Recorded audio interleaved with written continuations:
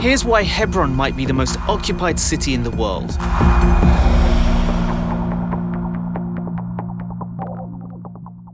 The political mission here is to keep 230,000 Palestinians in Hebron without rights and dignity, 850 settlers with rights. In Hebron, occupied Palestinians and their Israeli occupiers come face to face on a daily basis. That's because in these buildings, Israeli settlers occupy the top floors, while Palestinian shopkeepers try to run their businesses right below. لازم توقف على شقة ممنوع تعدي إلا لما يعدوا هم.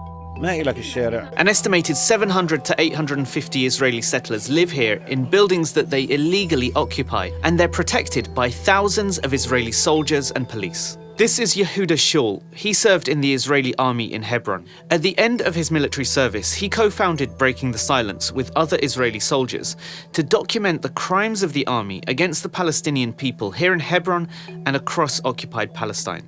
The concept in the IDF goes this way. If Palestinians will get the feeling that the IDF is all the time everywhere, they'll be afraid to attack. So what do you do to make them feel this way? You make your presence felt. Walk in the streets of the old city, of the Kasbah, bump into a house. It's not a house we have intelligence about, yeah? It's a random house. Wake up the family, search the place.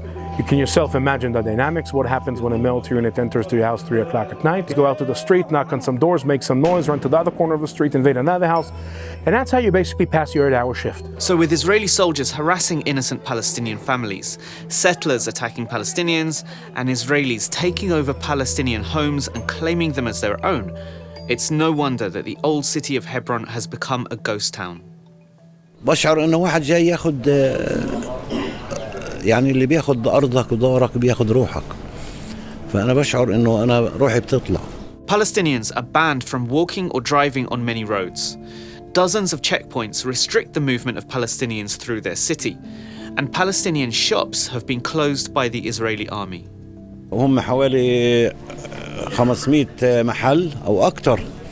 هذول مغلقة من أمر عسكري. اليوم بيرجع تدريجيا يعني كأنه واحد قاعد على بساط وبنسحب من تحت رجليه شوية شوية. Hebron is one of the largest cities in the West Bank, but Palestinians are banned from setting foot in one of the main areas. This is Shuhada Street. It was once a bustling neighborhood, but now the doors of Palestinian homes here have been welded shut. If residents want to get in or out, they have to climb in through the roof or through holes in the wall. But Israeli settlers can go wherever they want in Hebron carrying machine guns. And life for Palestinians in Hebron is only getting worse.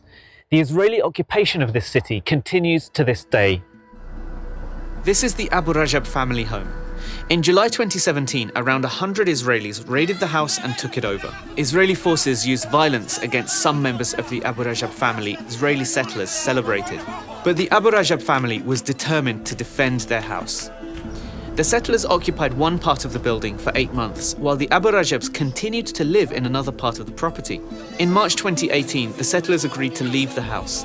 But because the Israeli army had declared the area around the property a closed military zone, Palestinians are still banned from entering. The settlers may have left for now, but the Israeli occupation of the Abu Rajab family's home continues. بالسلطات وبسلطة الاحتلال ما إن أمل بالمرة. The Abu Rajab family's problems are emblematic of the reality all Palestinians face. An occupied house, in an occupied street, in an occupied city, in a land that is becoming more occupied every day.